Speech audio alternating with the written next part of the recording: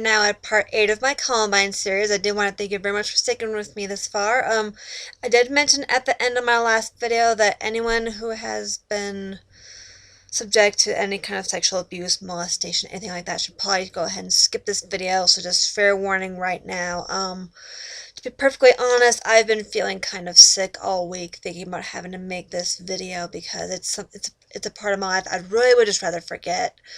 But it was a major part of the next 3 years after the shooting, so I will go ahead and cover that. I will, well, I'm not going to go into any gory details or anything too much largely because I've actually blocked a lot of it out. But I'll go ahead and detail what I do remember and just take it from there. So, I guess I'll start from the beginning. His name is Mike. We'd met online in late 1998. We'd bonded over our mutual love of bubblegum crisis, so we talked a lot about that. And after the shooting, when I just went on to AOL to let friends know that I was okay, he was one of the first ones who, I and me, he was telling me, please don't tell me that was your school. And I said, yeah, that was my school. And we did end up well, I can only tell you how things progressed from there, but we did start talking on the phone semi-regularly, and when I got back from Alaska, little did I know that Mike was going to be coming for a visit. So when Mom and everybody was there to pick me and my little brother up at DIA when we got back from Anchorage, there Mike was, and he was actually kind of hiding behind Mom because I guess he was kind of shy. I was actually pleasantly surprised to see him because I had not been expecting that at all. So we hung out together the whole time we were leaving DIA and heading home, and this was a couple days before my 16th birthday, so he was there for my 16th birthday, and he stayed for a total of 2 weeks on his visit, and I will admit we made out a couple times. I'm not going to give you details there, but yeah, we did make out a couple times, and there was at one point near the end of his 2 week visit where we both walked up to Rite Aid and we bought like a 2 liter Dr. Pepper or something, and we sat down on one of the bus stop benches nearby, and he discussed possibly moving in with us to help out with Dad and be closer to me. And even though I liked him, I still felt like that maybe it might have been a little bit too soon, so I was uncomfortable with having to move in so soon, but I felt kind of, I guess I felt trapped because, like, well, he does want me closer to me and he does want to help out with Dad, so I said, yeah, okay, you can move in. I guess that should be fine. And he left at the end of July to pack up his stuff, and then a month later, after I'd started school at Columbine again, Dad had wanted to get his non-gay ear pierced, so we took him over to Claire's at the Southwest Plaza Mall, and yes, Claire's is a very girly place, but they do offer free ear piercings if you're willing to buy an earring. So we took him there, got his ear pierced, and then we came home, and I saw this big old moving van in front of our house, and I remember standing there looking at it and thinking, things are not going to be the same now, are they? And little did I know that I couldn't have been more right. And then, well, during the 2 weeks he'd been there the first time, things had been pretty normal as far as boyfriend, girlfriend stuff. But once he actually moved in, that pretty much came to a halt really quickly because he did start doing some, shall we say, inappropriate things with me. And at Columbine, they had brought in some extra counselors to help with kids who are still having issues from the shooting. And there's this one guy there who'd been brought in. His name was Park Street. I kid you not, his name was Park Street. And I would go into his office after school every now and then just to vent about these things that Mike was doing, because I was venting to saying, like, yeah, he's not stopping when I told him to stop. He's touching me when I don't want him to touch me. He's just being really touchy-feely. I'm not really a touchy-feely kind of person, so I would just vent to him. And then one day he approached me when I was going to my chemistry class, and he told me to go ahead and stop by his office after school, and I thought, well, okay. So I went ahead and did that, and turned out that he'd called social services, and the lady from social services interviewed me a little bit about the things that Mike had been doing. And so I gave details about that, and then we all went over to my house and park, and the social services lady, they interviewed Mike and Mom for a little bit, and I was kind of afraid of what Mike would do now that I'd kind of spilled the beans, so I had one of the police officers take me up to Video City because it was a safe haven for me, so I had him take me up to Video City for a little bit until things cooled down, and then I went home on my own a little bit later. And as I found out later, they did almost remove me from the house that day, but after speaking with Mom and Mike, they elected not to. And when I got home and after they left, Mom kind of went off on me saying that she'd been utterly humiliated, saying that she did not like being accused of being a bad mom, all this stuff. And as a condition of having him stay in the house, they had us change the sleeping arrangements because, well, let me detail this, because after Dad had gotten sick, Mom had moved her office from work to home, so she took over my old bedroom, and I had to move my bedroom into the open space in the basement.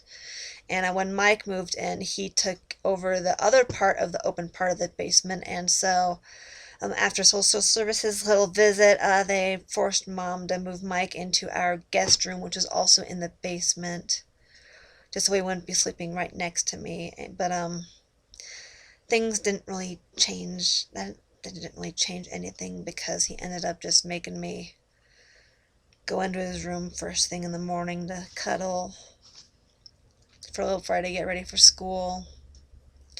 Then I'd go to school, do my thing, walk home, and I started getting paranoid that he was following me home from school in his car, and I mentioned this to him, and he just kind of laughed, and he was like, "You wish I had the free time to be able to follow you home from school every day." And I was offended at that, because, well, it was sort of a gradual build-up of how things happened, and this is a little hard for me to discuss. I haven't really discussed this in much detail with anybody, but yeah, he gradually stepped things up over the course of several years, and there was one time, it was in 2001, my waterbed got a hole in it because of my cat, so we had to take out the waterbed mattress, and it was just a frame for a couple weeks, so I ended up sleeping on the couch upstairs for a couple weeks, and Mike, he'd lay there on the other couch next to me, sleeping with me, and finally, after like 3 weeks of not having a mattress in my bed, I figured, screw it, I just want to sleep in my own bed for once, even though it's just a frame. So, I got my blankets and my pillow, went to sleep in the frame, and then at about 2 or 3 in the morning, I get shook and awake by Mike, because he wanted to sleep upstairs with him, and I start yelling at him at 3 in the morning, saying, "I just want to go to sleep. I just want to sleep in my own bed for once." And he just like, "No, you're going to sleep upstairs with me." And Laura came out of the bedroom, and she started yelling at us, yelling at Mike to leave me alone. And then Mom woke up, and she came downstairs, told Mike to leave me. Well, we all said, "Mike, you go upstairs and go to bed. Amanda, you go to bed. Laura, you go to bed." So we all separated and went to bed. And I finally got a new waterbed mattress after that, so I got my bed back. And one other thing that Mike had started to do was, in addition to the cuddling in the mornings, this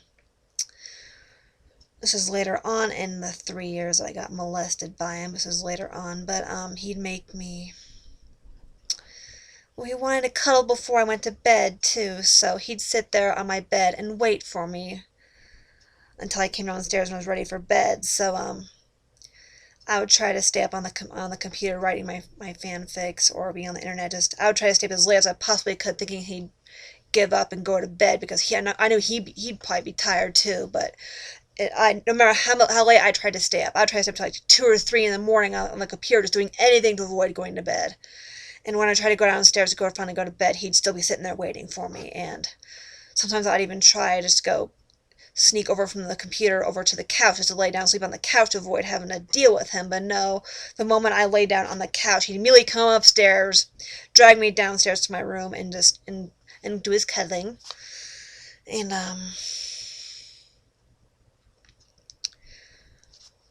yeah. And things started getting worse in 2002. Well, at this time, it had been 2.5 years since the whole thing started. And, well, let me backtrack a tiny bit. Before I met, before I started dealing with Mike in person, for pajamas, I usually slept in just a t-shirt and panties. And then once his whole touchy-feeling thing started, that ground to a halt really quick. I resorted to wearing two-piece pajamas, like with a top and a bottom, just to make sure that he wouldn't be able to get to everything at once. So I refused to wear nightgowns. I'll just wear a pajamas, like two-piece pajamas. And I would try to wear baggy shirts and everything, baggy shirts, sweatpants. But he would always say that it just made him even more curious to see what was underneath, and that just disgusted me, as you can imagine. And like I said, around early 2002, my self-esteem was pretty much in the toilet. And I actually started self-harming a little bit. I'd had my job at Walgreens by this point, and sometimes I'm in the front register, and I'd be sitting there at the front register, just start scratching at my forearm with my thumbnail, just scratching the same spot over and over until I had a nice big old raw wound there. I did that a total of 2 times, and the mom saw the scabs on my arms, demanded to know what I was doing, and demanded that I stop, so I stopped. And then after that, I started semi-starving myself, basically subsisting on 2 bagels a day, pretty much, and drinking pop at work to make myself feel full. And I dropped 8 pounds from that. And then there's at one point I almost fainted in the shower one day, so I had to stop with that. And also in early 2002, things had started to get worse. Like at nighttime before he was cuddling, he'd make me undress in front of him, and he'd touch my breasts, look at my nipples, blow on my nipples to try to make them hard. And I would squirm a little bit because I didn't want him doing that at all. And he'd get mad at me, and he'd be like, "Oh, relax, it's supposed to feel good." But I didn't want him doing that. But I put up with it because because if I just let him do what he wanted, that meant I could get to go to bed sooner. So I wouldn't fight it. I would just let him do what he wanted just so he could go to bed and just leave me alone. And like I said, I did this for it was for a total of 3 years, and 2.5, the 2.5 mark, I was just, well, at that point he started saying things that made me really worried about what else he was gonna do. Like he was talking about wanting to save our sex life for marriage, and I said, well, I'm not looking to ever get married, which is basically my way of saying there's no way I'm going to marry you, you jerk. And he got flustered. He was like, well, I guess we'll do it before then. I don't know. And that actually petrified me because it made me think that, oh my God, he's actually going to try to rape me at some point here. And so I confided in Mom. I asked her to help me out here because she knew what he was doing. And I was crying. I was telling her, please help me out. And she's like, well, and to this day, there's this one thing she said in this particular discussion that I will never ever forget. It's been 12 years since she said this. I will never forget it. She actually said, well, you better do something before he sticks his dick in you. And at that time, I started crying hard because I knew that was definitely going to be a possibility. But the more I think about it as the years go on, it just makes me think WTF, because if she'd known that was going to be a possibility, why didn't she help me? Why did she just leave me to deal with this all on my own? And it makes me so mad that she knew that it was a possibility that he was going to rape me and that she wasn't going to do anything to help me out. She just left me on my own to handle it. Because I guess, well, I know she was taking care of Dad and everything, and that wore her out a lot, but to leave me to my own devices to try to deal with him on my own, it just makes me so mad. And I'm almost at 15 minutes here. I'll go ahead and record 8B here in a little bit. It'll be a one moment, guys, alright? Stick around for a little bit, okay? Thanks.